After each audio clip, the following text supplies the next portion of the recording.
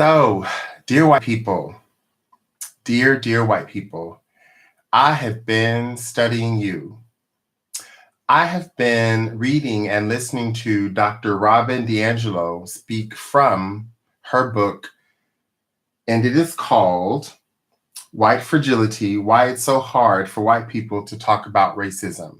White Fragility and Why It's So Hard to Talk About Racism. And I'd like to introduce the book to you through telling you just one story that she tells about 24 minutes into this discussion. It's posted on YouTube on the Seattle channel, and it's called Dr. Robin DiAngelo Discusses White Fragility. You can see it on YouTube. She tells the story of Jackie Robinson and how we know the story of Jackie Robinson. Why it's so important, I think, to tell this story is because I'm also a sociologist, and I'm fascinated most with questions of how we know what we know. So to demonstrate what I mean by that, let me tell you the story of Jackie Robinson as she tells it. So she says, Jackie Robinson, we know him as the person who broke the color line. He was a person to play the first Black person to play in the Major League Baseball. Now, she says, while we want to think of what that study evokes, and I'll get back to that later, what that story evokes for me, she says we need to tell that story in a different way. Jackie Robinson, the first Black person that white people allowed to play Major League Baseball. I'm gonna say that one more again. Jackie Robinson, the first Black person that white people allowed to play Major League Baseball. What's different about those two stories? For her, the difference is she says she needs heroes. She needs to know what the white people did behind the scenes in order to enable that this Black person could finally break the color line. So she wants the other half of the story. She wants the fullness of the story. Not just that so-called Jackie Robinson one day broke the color line and racism in sports ended, as she sarcastically says, but that you also consider how did that particular unraveling of a system occur?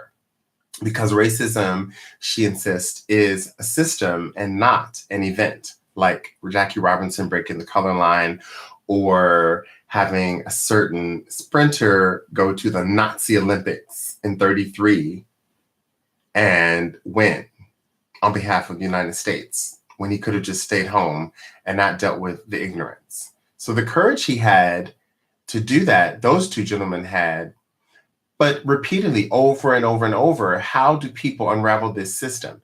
And if you don't talk about those stories, like people, again, I often say people shy away when I say, slavery, don't talk about slavery. Don't talk about slavery. Then I often say, if you don't talk about slavery, you don't get to talk about how slavery was undone. You don't get to talk about how slavery was unraveled. And it's a very important one because now I'll just end on this story.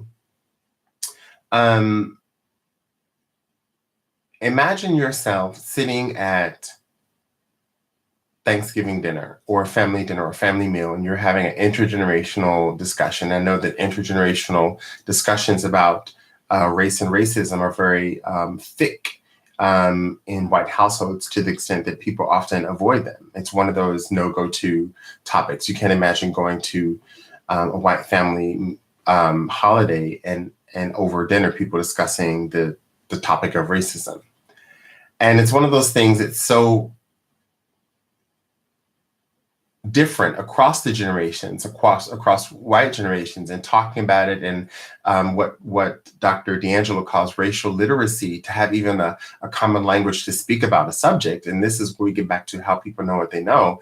If you don't even share a common language, or if you aren't sharing and negotiating to create a common language, then what you are doing is denying yourself racial literacy. And she says, as a white person growing up in America, part of whiteness is that you develop racial illiteracy, that you don't learn to speak about race. Because on the flip side, now I know people listening to this and Black people listening to this will know that the topic of racism could be thrown in and out of any conversation, and certainly at at a family holiday, the term, for example, white people might be mentioned, or it's not that, and I don't want to leave the impression that there's any obsession with racism, but that it's as common of a topic as anything itself. For example, we might be watching a baseball game and talk about one of our heroes, which might be Jackie Robinson, and we might think about him crossing the color line, but also what it meant for him and his family to live with the doing of that until the moment that he, in a sense, reached that mountaintop of crossing that color line. And so it's crucial that we think about the ways that we talk about these things, because in mixed company now, we're always in social media. We're talking about mixed company on a level that we've not dreamt of before, where you can have heart-to-heart discussions in people's homes. Like right now, I'm sitting in my home, in my office in my home, and I'm speaking about something that I probably would find few spaces in the real world to talk about. And that's interesting because I do engage in both through my work, through my social relations, through my other engagements, be it religious, et cetera, engage in multicultural spaces. It's a part of who I am. And I mention that because I know that there are people who may not have as many opportunities in their lives to engage in multiculturalism. That is, engaging in negotiating space with people who of a very different ethno-linguistic cultural background. To do that takes years of practice, because to echo off of Dr. DiAngelo, we all are socialized in ways to think about ourselves and the other. So are you critical of how you think of the other? Go home and try and discuss that at your family dinner.